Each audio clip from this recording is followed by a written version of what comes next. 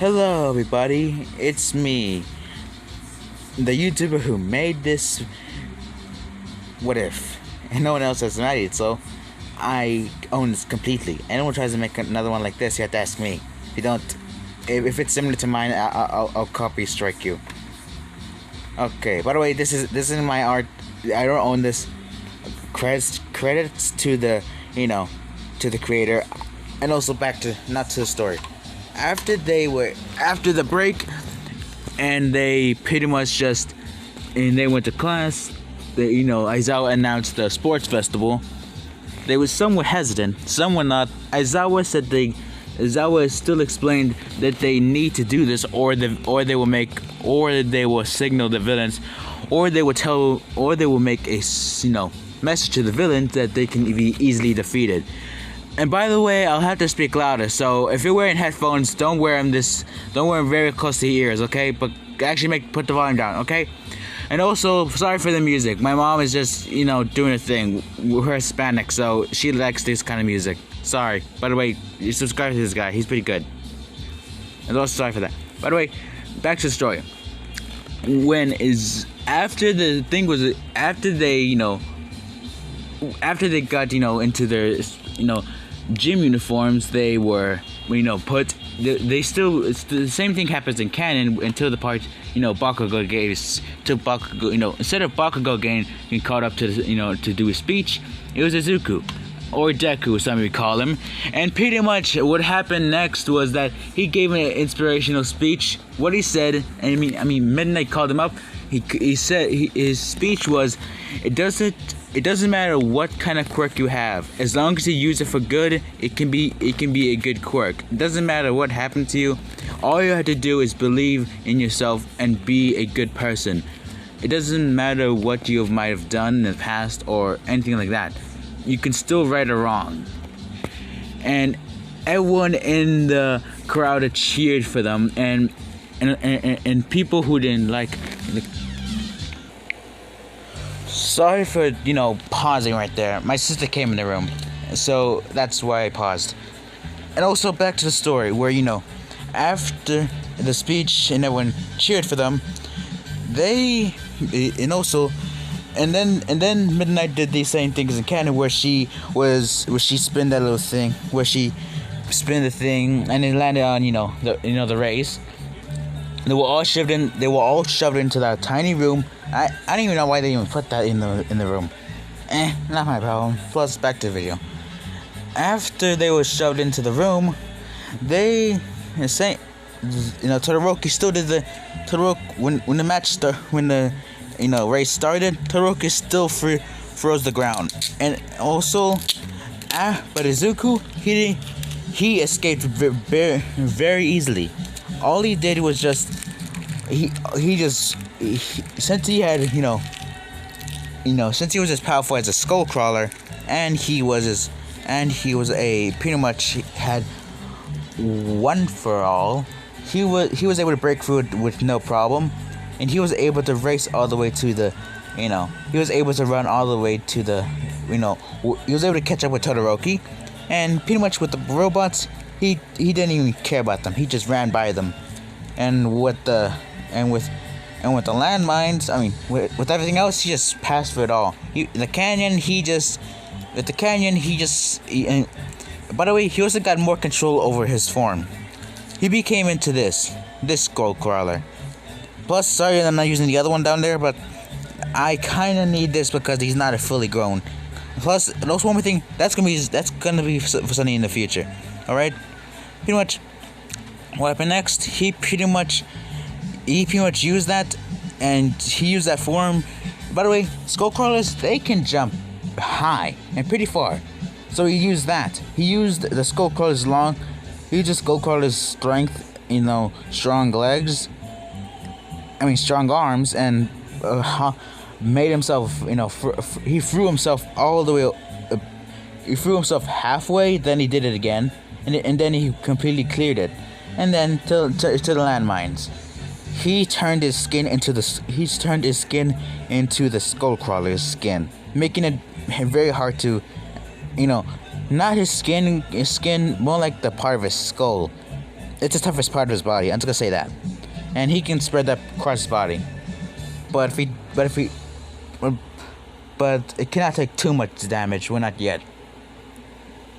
And also, after he went for the landmines, and he was also Todoroki and Bakugo. Yeah, he passed them easily.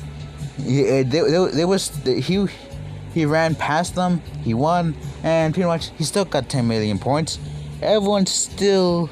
When it was announced that he had 10 million points, headband, he was targeted by everyone. Oh, and by the way, only he had the same team as any little thing. I don't know what's it called again, but the cavalry battle. Yeah, I think it's called that. And pretty much his team was still the same as in canon. I don't remember all the names, but I think it's Tokoyami, the one which has pink hair, or Chaka Oraka, and I'm sorry, what's their name again? Sorry, I'm gonna have to pause. Okay, by the way, sorry that the thing is not white. I kinda lost the image, and plus my phone did a little thing again. By the way, pretty much his team was the same as canon. I don't remember all of them, but everything went to canon where basically the entire cavalry battle went to canon where Izuku or Deku's team almost lost, but thanks to Tokoyami's quirk, Dark Shadow, they were able to win. So yeah. Plus, I don't know if there was either 4 or 3 people in this team, so anyone who remembers that part, please don't criticize me. By the way, after that, same thing happened in Canada where, they got into the fights. Pretty much, I'm gonna go to, Zuko and, Todoroki. When the two fought. Okay, sorry for doing another pause. And my dog was barking. And pretty much, when Izuku and or Deku, fought Todoroki, he still did the same speech. Oh, sorry, my dog's about to bark, so sorry for the pause. Sorry for doing another pause. My dog was barking, so that's why. Again. And also, after Izuku, with Izuku and Todoroki's fight, he still did the same speech about he still did the same speech about that his father's side isn't his father's, it's his, and it's only his quirk. It's neither his mother or his father, in father's quirk. You can use it however you want. And this pretty much made Todoroki do the same things in canon, where he realized that it was kind of, oh come on, doesn't matter. It's just background noise. Pretty much afterwards, he still used this fire side, and pretty much still the same thing happened in canon with him, memory thing and blaze thing. Pretty much afterwards, he pretty much became, he pretty much used the same attacks, but Izuku, he was strong enough to be able to actually do some major damage, to destroy all the ice. And with his when the two did their the explosion attack, sorry for the music, it's gonna come back on. Pretty much the same thing with the explosion, but it was twice as big. Actually, it was more bigger and not as, but same pretty much.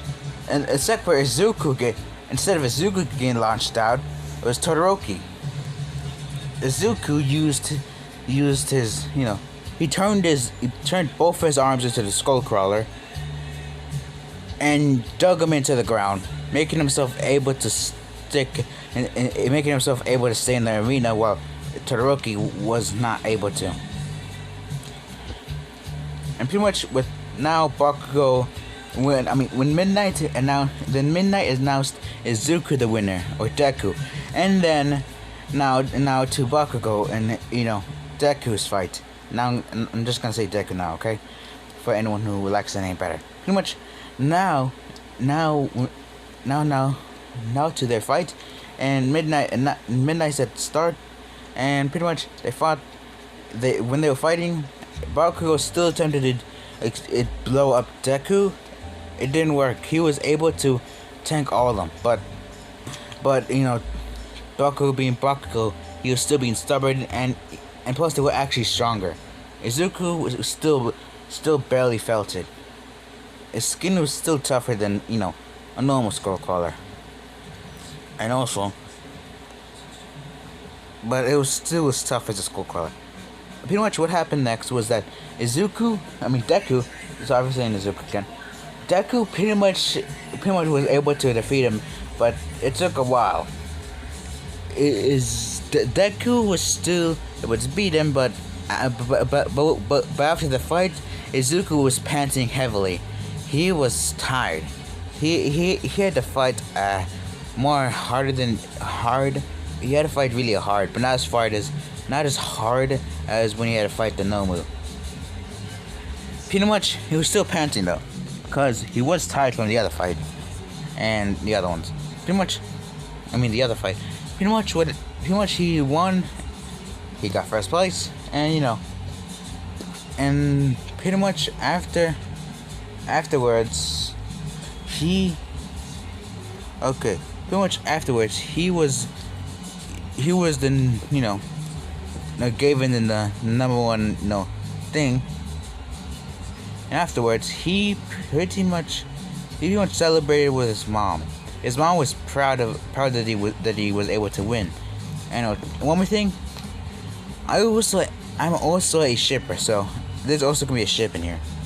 It's still gonna be Uraraka and Deku. Deku. They still like each other, but unlike in canon, Deku was more, you know, confident, so he confessed first. And you know, sorry if I say any other females' names if I say for Ochako. Ochako said, I feel the same way. And pretty much, they were starting to date. And when they went home together, when the day ended, he pretty much, the two talked about the relationship, and you know, Ida came up. They were all talking together, and then they all went home. Deku still celebrated with his mom of how he was able to win. They got you know, takeout food and also some food else. I think I'm gonna leave it off.